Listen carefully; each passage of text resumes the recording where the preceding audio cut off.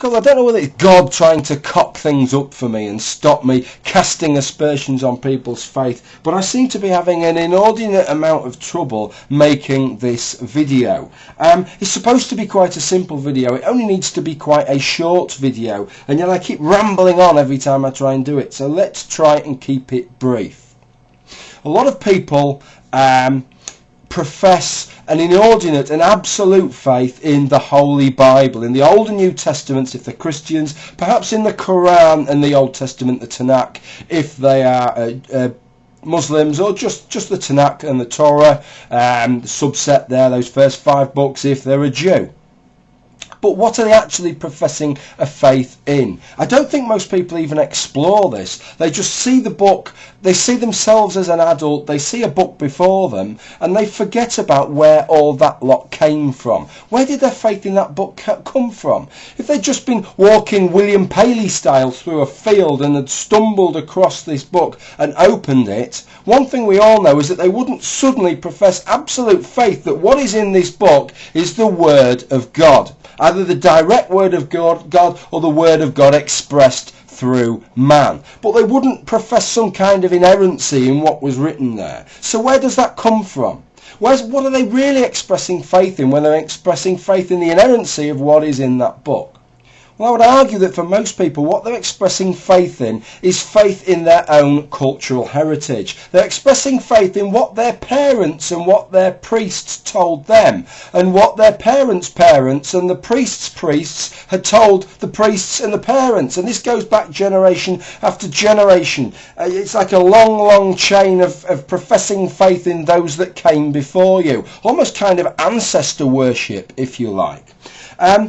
But it can't be faith directly in the book itself. Of course, if you can actually be asked, and 99% of Christians can't be asked to do this, you can research Near Eastern culture, ancient Near Eastern culture. You can research the historical basis on which these texts were written. What were the writers of the books of Matthew, Luke and John and Mark trying to do when they wrote these Gospels? What message were they trying to get across, and why were they trying to get that message across? The stories in the Old Testament, which ones do have some kind of historical basis, and why is this particular slant put on that historical perspective that's given in the book? And which of these stories don't have an historical perspective but maybe are mirrored in other cultures, other ancient Near Eastern cultures?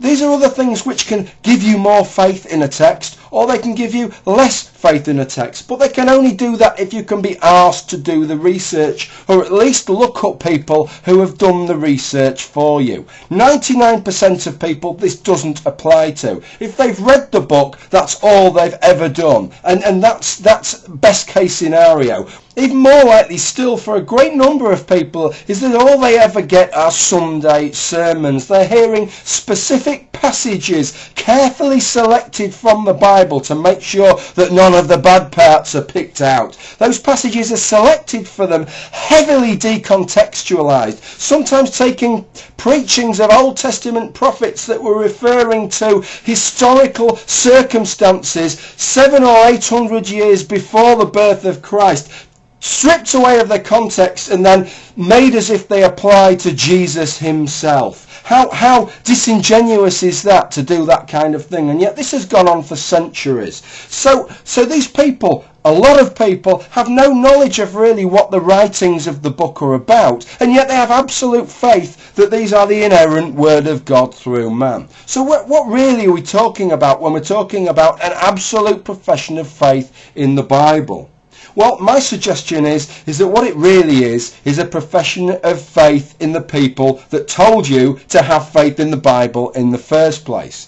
Now, there's nothing wrong with that. We all do that. Even in science, we have to have faith in the scientists that have conducted the experiment. Sure, we try and look for as much corroboration as possible. We expect other scientists to repeat the experiment or to try and find similar types of empirical evidence out there that corroborate the original claim. But we still have to have some faith in other people. So there's nothing wrong in that. So simply put then, before you express a level of faith in something such as a holy text, you need to know what undergirds that faith. Where did you actually get it from? Where did that faith, where did that commitment of yours actually come from? And what level of trust do you actually have in those things? Because one thing is certain, the level of faith that you are professing in that holy text must not be greater than, it has to be less than or equal to the level of trust you have in those things that undergird it. If it's a priest we're talking about, if the priest has told you that you should have faith, that you should absolutely trust this book, well, do you absolutely trust the priest? Do you know the priest is absolutely inerrant? Is his messages absolutely inerrant? If he gave you financial advice, would you take it unquestioningly? Well, you should do if you're going to place absolute faith on something that he said, in something that your parents have said, in something that your culture, that your peers have told you. If you can't do that, then you shouldn't have absolute faith in anything. The same is true of revelatory experience. Something else that people talk about with regard to, for example, Christianity, is revelatory experience. Jesus has actually appeared to them. He might not have said the same thing as when he appeared to the guy down the road. In fact, perhaps it was in contradiction to what he said to the guy down the road. But then the guy down the road probably didn't have a proper revelatory experience. We don't have absolute faith in his, do we? Only in our own. And isn't it strange that people who have revelatory experience of Jesus Christ always have knowledge of Christianity first? When we get to contact previously uncontacted peoples of the world, none of them have ever seemed to have had a revelatory experience of Jesus Christ. They only seem to have these experiences of Jesus Christ once they've been told about him by another human being. Isn't that really, really strange? Isn't that really, really odd if Jesus really exists? But let's put that to one side just for a minute. If you're going to have absolute faith in a personal revelatory experience, then you have to have absolute faith in what undergirds that experience. And what undergirds that experience is your own cognitive function. Are you susceptible to phantasms of the mind, to imaginings, to believing that things have happened when they haven't really? Well, we know that human beings are very, very susceptible to this, and we all do it. It happens to all of us. People see all kinds of aliens and ghosts and all kinds of things, some of which are so internally contradictory that they even work out themselves sometimes. Well, they couldn't really have seen it. They must have imagined something else. We know from experiments in laboratories that if we supply a small magnetic field over a certain area of the brain, that we can actually stimulate religious experiences, revelatory experiences within people's brains, sometimes in the brains of people who don't even believe in God in the first place. So does it not almost seem like a special kind of arrogance, a higher level of arrogance, to say that you've had this personal revelatory experience and you know absolutely that it's true? Because it means that you must know absolutely in the inerrancy of your own mind. Everybody else's mind is flawed. Everybody else's mind is errant. A lot of them have to be because they've had contradictory experiences to your own. But no, you're absolutely certain that the experience you had was a genuine one. That shows a lot of confidence. It shows a lot of arrogance. It shows a lot of self-belief, doesn't it? And a lot of self-belief that is not warranted. This is all I'm saying. I'm not saying don't have faith in anything, but what I'm saying is look at where your faith stems from. Look at how much trust you would place otherwise in those things that your faith stemmed from, and mitigate your faith down to that level.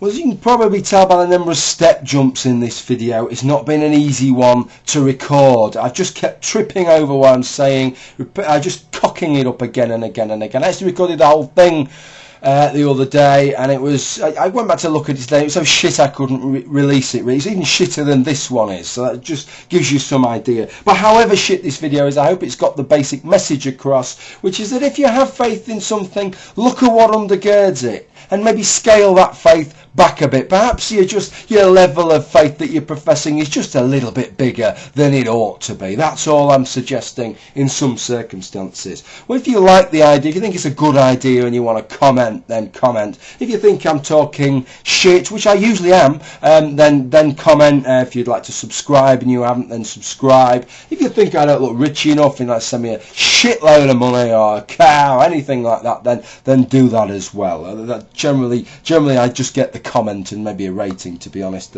I've not tended to get the shitload of money, but who knows, you know. It only takes some eccentric billionaire to watch this video and think, that guy could do with a shitload of money. Anyway, thank you for watching this video, and I'll leave you with a nice piece of music.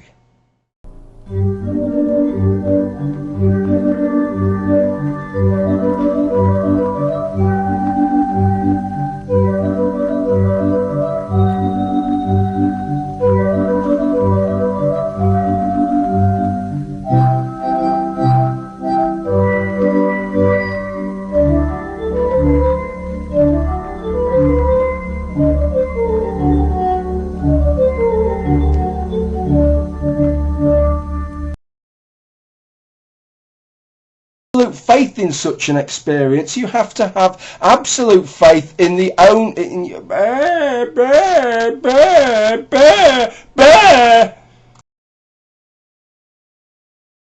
Obviously, absolutely uncertain. Something in the holy book, and then makes a point, taking that point. Fuck.